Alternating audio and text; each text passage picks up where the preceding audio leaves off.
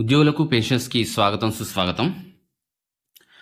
ఈరోజు మనకు OPS, CPS, UPS ఈ 3 పథకాల గురించి, అంటే ముఖ్యంగా స్కీమ్స్ అంటారు ఇది. సో వీటి గురించి మనం ఎక్స్ప్లెయిన్ చేయబోతున్నాం. మొదటిసారిగా ఛానల్స్ తప్పకుండా సబ్స్క్రైబ్ చేసుకోండి, వీడియో ఎండ్ వరకు చూడడానికి ప్రయత్నం చేయండి. మీకు వీడియో నచ్చినట్లయితే ఎవరికైనా షేర్ చేయండి. సో ఇక్కడ ఓపీఎస్కి, సిపిఎస్కి, యూపీఎస్కి ఉన్నటువంటి డిఫరెన్స్ ఏంటో ఒకసారి మనం చూద్దాం. ఇక్కడ ఓపీఎస్లో అంటే ఓల్డ్ పెన్షన్ స్కీమ్ చూసినట్లయితే ఎంప్లాయీ కాంట్రిబ్యూషన్ అనేది ఏముండదు, కానీ సిపిఎస్లో మాత్రం 10% ఉంటుంది. ఇది ఆల్రెడీ చాలామంది ఫేస్ చేస్తున్నారు. యూపీఎస్లో వచ్చేసి కూడా 10% అనేది ఉంటుంది. అంటే మనకు వచ్చే శాలరీలో నుంచి 10% బేసిక్ పే ప్లస్ డిఏ అనేది వాళ్ళు తీసుకుంటారు. షేర్ మార్కెట్ ఫ్లక్చుయేషన్స్ ఓపీఎస్లో షేర్ మార్కెట్లో పెట్టడం అనేది ఏమీ ఉండదు, బట్ సిపిఎస్లో పెడతారు. అలాగే ఇక్కడ చూసినట్లయితే ఇక్కడ ఇచ్చారు చూడండి, సిపిఎస్లో వచ్చేసి మనకు ఇక్కడ షేర్ మార్కెట్ అనేది ఓపీఎస్లో లేదు, సిపిఎస్లో ఉంది. యూపీఎస్లో గౌడ్ బియర్స్ అంటే ప్రభుత్వ సంస్థలో పెడతారు అనమాట. అన్నిట్లలో పెట్టారు, ఓన్లీ ప్రభుత్వ సంస్థలకు సంబంధించిన వాటిలోనే పెడతారని ఇప్పుడు. నెక్స్ట్ గ్రాట్యుటీ చూసినట్లయితే ఓపీఎస్లో ఇవ్వడం జరుగుతుంది. గ్రాట్యుటీ సిపిఎస్లో ఉంది, యూపీఎస్లో కూడా ఉంది. కమ్యూటేషన్ ఇది వచ్చేసి ఓన్లీ ఓపీఎస్లో ఉంది, సిపిఎస్లో లేదు, యూపీఎస్లో లేదు. నెక్స్ట్ పెన్షన్, ఇది చాలా కీలకమైనది. ఎందుకంటే చాలామంది ఇదే చూపిస్తున్నారు. ఇది చూపించి యూపీఎస్ బాగుంది కదా, అనవసరంగా ఉద్యోగులు ఎందుకు తీసుకోవట్లేరని చెప్పేసి వాళ్ళు వాదిస్తున్నారు. 50% రిటైర్మెంట్ అయ్యేటప్పుడు బేసిక్ పే ఎంత అయితే ఉంటుందో దాంట్లో 50% అమౌంట్ అయితే పెన్షన్కి ఇస్తారు. ఈడ యూపీఎస్లో కూడా సేమ్ అంతే ఇస్తారు. రిటైర్మెంట్ అయ్యే టైంలో వాళ్ళకి ఎంతైతే బేసిక్ పే ఉంటుందో దాంట్లో 50% వాళ్ళకు పెన్షన్కి ఇస్తారు.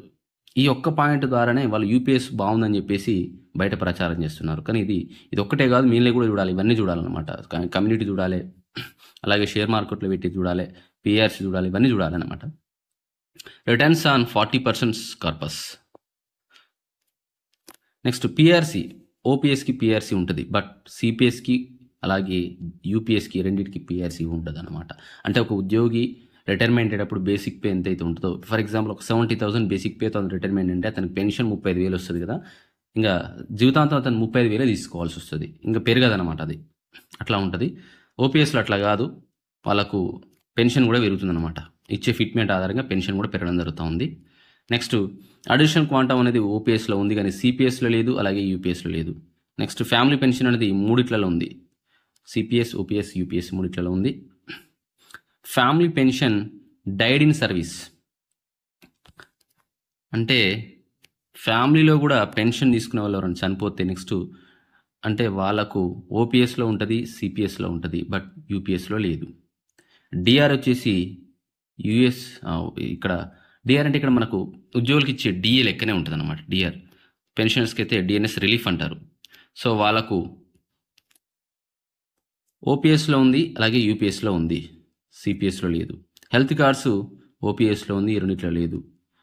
అలాగే లంసమ్ అమౌంట్ లాస్ట్కు దిగిపోయే ముందు కొంత అమౌంట్ ఇస్తారు. లంసమ్ ఒక 30 lakhs, 40 lakhs, 50 lakhs ఇస్తారు. అది వాళ్ళ బేసిక్ పే ఆధారంగా ఉంటుంది. ఆ అమౌంట్ అనేది ఓపీఎస్లో ఉంది. ఇందులో సిపిఎస్లో 60% ఆఫ్ కార్పస్ ఫండ్. లాస్ట్కు ఆ ఎంప్లాయీ రిటైర్ అయిన తర్వాత అతని యొక్క సిపిఎస్ అంటే అతని యొక్క అమౌంట్ వాళ్ళు మంత్లీ కట్టిన తర్వాత ఆ అమౌంట్ ఎంత అయితే ఉంటుందో దాంట్లో 60% మాత్రమే ఇస్తారు. మిగతా పర్సెంట్ వాళ్ళకి పెన్షన్కి ఇస్తారు. ఓన్లీ 40% వాళ్ళకి పెన్షన్కి ఇస్తారు అనమాట. ఇక్కడ అట్లా కాదు. ఇక్కడ 1/10 of basic pay plus DA for every 6 months of service. అంటే వాళ్ళకు ప్రతి 6 నెలలకు ఒకసారి వాళ్ళకి బేసిక్ పే ప్లస్ డిఏ ఎంతైతే ఉంటుందో దాంట్లో 1/10% ఇది లంసమ్గా అంటే 6 నెలలకు ఒకసారి ఇవ్వడం జరుగుతుంది. ఇది ఇందులో ఇచ్చినటువంటి సమాచారం. ఇంకా మొదటిసారిగా ఛానల్స్ తప్పకుండా సబ్స్క్రైబ్ చేసుకోండి, లైక్ చేయండి, షేర్ చేయండి.